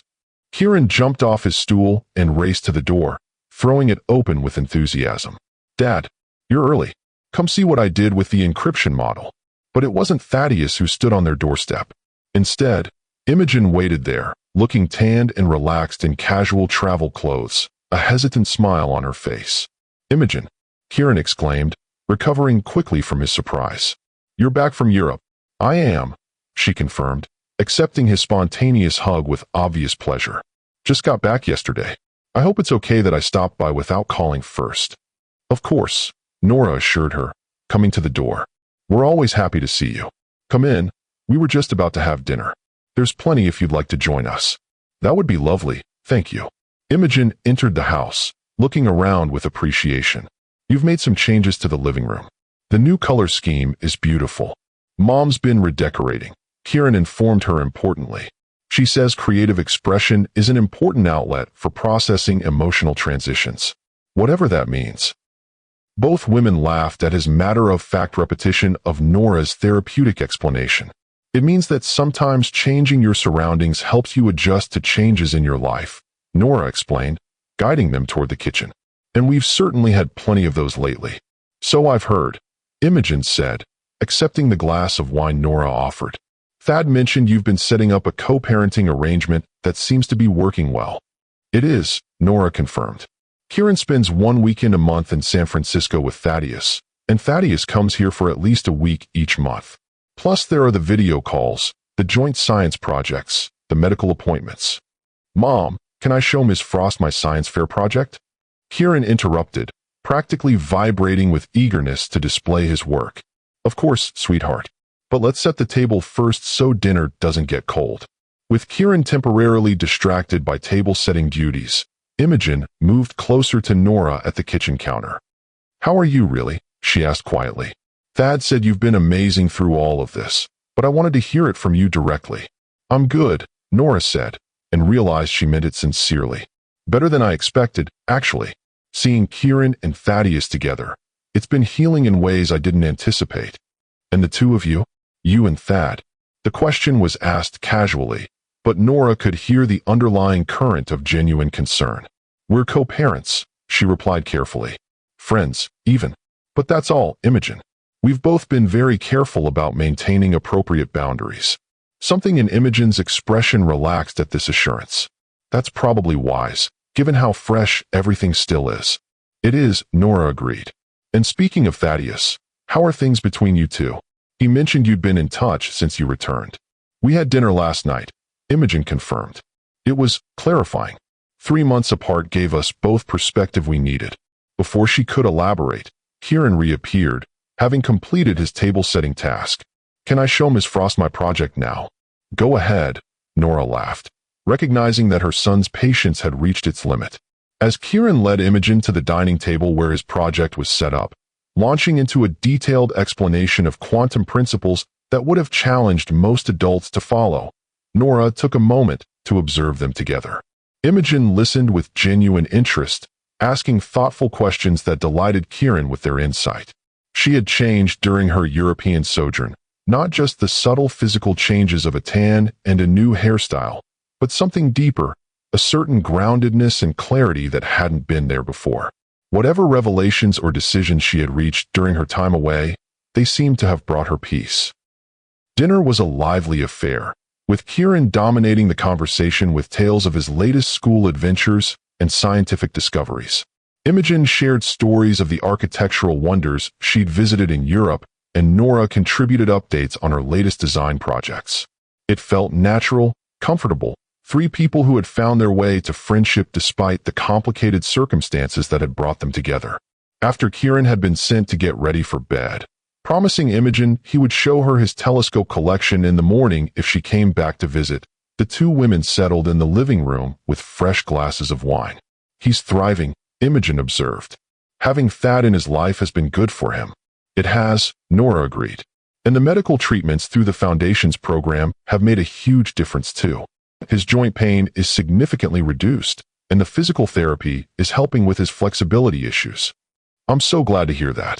Imogen's smile was genuine. The Foundation's work means even more to me now that I've seen its impact on someone I care about. They sat in companionable silence for a moment, each lost in her own thoughts. Finally, Imogen spoke again, her voice thoughtful. I've decided not to resume my engagement to Thad, she said simply. Though not entirely surprising, the statement still caused Nora to set down her wine glass carefully. I'm sorry, she said softly. Are you okay? I am, Imogen assured her. Better than okay, actually. It was my decision, Nora. One I came to gradually during my time in Europe. May I ask why? If that's not too personal. It's not too personal. Not between us. Imogen tucked her legs beneath her on the sofa, getting comfortable. The simple truth is that Thad and I want different things. It took me some time away to realize it, but once I did, the decision was surprisingly easy. Different things how? Nora asked, genuinely curious. Thad wants a family, not just any family, but his family. You. Kieran, the connection you 3 share. Even if he hasn't fully admitted it to himself yet. Imogen's expression was thoughtful rather than bitter. And I want something else. Something I'm still defining. But that definitely doesn't include trying to fit myself into a family unit where I'll always feel like an outsider. Imogen. It's not a criticism, Nora. Just an observation. Imogen sipped her wine. The 3 of you have something special, a bond that goes beyond just biological connection. I saw it that weekend at the lake, and I've seen it in how Thad talks about Kieran, about you, about the life you're building together. We're just co-parents, Nora protested weakly. For now, perhaps, Imogen acknowledged. But there's potential for more there, if you both choose to explore it. And you're okay with that idea? I am, Imogen said with surprising certainty. My time in Europe helped me realize that I've spent years trying to force my life to fit a very specific vision: prestigious career, successful husband, perfect family. But what if that's not actually what would make me happiest? What would make you happiest? Nora asked gently. I'm still figuring that out, Imogen admitted with a small laugh. But I know it involves being true to myself rather than chasing some idealized version of success. And it involves reconnecting with the people who knew me before I got caught up in that chase. People like you. The simple sincerity of the statement touched Nora deeply. I'd like that, she said softly. Very much. Me too. Imogen raised her glass in a small toast. To new beginnings, for all of us. The following afternoon, Nora stood in the school gymnasium alongside dozens of other parents, watching as the judges made their way through the science fair exhibits. Kieran stood proudly beside his quantum encryption display, explaining the complex principles with remarkable clarity to anyone who stopped to listen. He's going to win, a familiar voice said from beside her. Nora turned to find Thaddeus standing there, looking slightly rumpled from travel, but beaming with pride as he watched their son. That presentation is graduate-level work. He gets his brilliance from you, Nora said, smiling.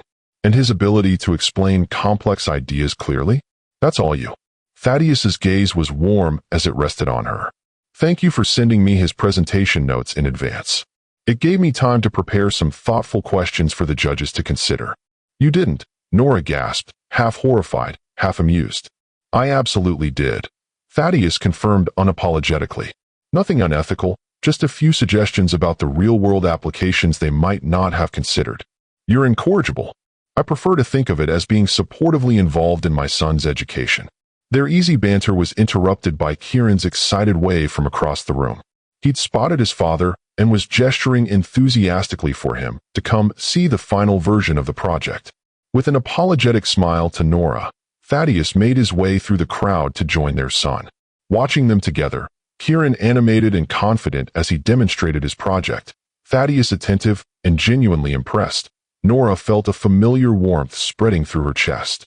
The past 6 months had brought so many changes, so many adjustments to her concept of family and parenthood. But seeing the joy her son found in his father's presence made every challenge worthwhile. They're quite the pair, aren't they? Nora turned to find Imogen beside her, having arrived for the science fair as promised. They are, she agreed. Sometimes it's hard to believe they've only known each other for 6 months. Some connections transcend time, Imogen observed. Speaking of which, she nodded toward where Thaddeus was now making his way back toward them, having been temporarily displaced by the judges who were evaluating Kieran's project. Ladies, he greeted them, his smile including both Nora and Imogen with equal warmth. Imogen, it's good to see you again. Twice in 2 days, we're on a roll. I promised Kieran I'd come see his project, Imogen explained. And I never break promises to brilliant young scientists who might employ me to design their futuristic compounds someday. They all laughed, the tension that might have existed between former fiancés notably absent. Whatever conversation Thaddeus and Imogen had shared the previous evening had clearly left them on good terms. I should go congratulate the young genius, Imogen said, spotting the judges moving away from Kieran's display. From the impressed looks on their faces, I'd say he's a strong contender for first place. As she walked away, Thaddeus turned to Nora with a questioning expression. She seems different, more at peace somehow. Europe agreed with her, Nora said simply. She mentioned you two had dinner last night. We did. Thaddeus's expression turned thoughtful. She told me about her decision regarding our engagement. Or rather, the end of it. Are you okay? Nora asked, studying his face for signs of distress. I am, he said, and she believed him. It was the right decision for both of us. We want different things from life, different futures. She said something similar. Thaddeus nodded, his gaze returning to where Kieran was now excitedly showing his project to Imogen. The past 6 months have clarified a lot of things for me. about what truly matters, about where I want my life to go from here. Before he could elaborate, they were interrupted by a commotion at the front of the gymnasium. The principal was calling for attention, preparing to announce the science fair winners. Kieran rushed over to join them, his face flushed with excitement. "They're announcing the winners," he exclaimed. The head judge said my quantum explanation was the clearest she'd ever heard from someone my age. "That's wonderful, sweetheart," Nora said, squeezing his shoulder. "Whatever happens, we're incredibly proud of you." "Indeed we are," Thaddeus agreed, ruffling his son's hair affectionately. As the principal began reading the list of honorable mentions, Nora felt Thaddeus's hand lightly touch the small of her back, a gesture of shared anticipation of united parenthood. The simple contact sent a ripple of awareness through her that she hadn't allowed herself to acknowledge in months. When Kieran's name was announced as the first-place winner in the upper elementary division, his whoop of joy was matched by his parents' proud applause. As he raced to the front to accept his ribbon and certificate, Nora felt Thaddeus lean close to her ear. "Have dinner with me tonight?" he asked quietly. "After Kieran goes to bed. There's something I'd like to discuss with you." The question caught her by surprise, though perhaps it shouldn't have. For 6 months, they had maintained careful boundaries, focusing exclusively on co-parenting and establishing a stable routine for Kieran. But the undercurrent of connection between them had remained, unacknowledged but unmistakable. "All right," she agreed, her heart beating a little faster. Dinner. As Kieran returned clutching his blue ribbon, beaming with pride and talking a mile a minute about the judge's comments, Nora caught Imogen's eye across the room. Her friend gave her a knowing smile and a small nod of encouragement. Whatever happened next, whether the dinner with Thaddeus led to a new chapter in their complicated history or simply a clearer understanding of their co-parenting relationship, Nora faced it with a sense of possibility rather than fear. The past 6 months had taught her that sometimes life's most painful detours could lead to unexpected destinations worth the journey. And sometimes, the secrets we keep to protect ourselves are the very ones that need to be revealed for true healing to begin. If this story of second chances touched your heart, make sure to subscribe for more powerful stories about love, forgiveness, and the unexpected ways life brings people together. Because sometimes the most beautiful beginnings arise from what we think are endings, and the family we create isn't always the one we planned, but exactly the one we need.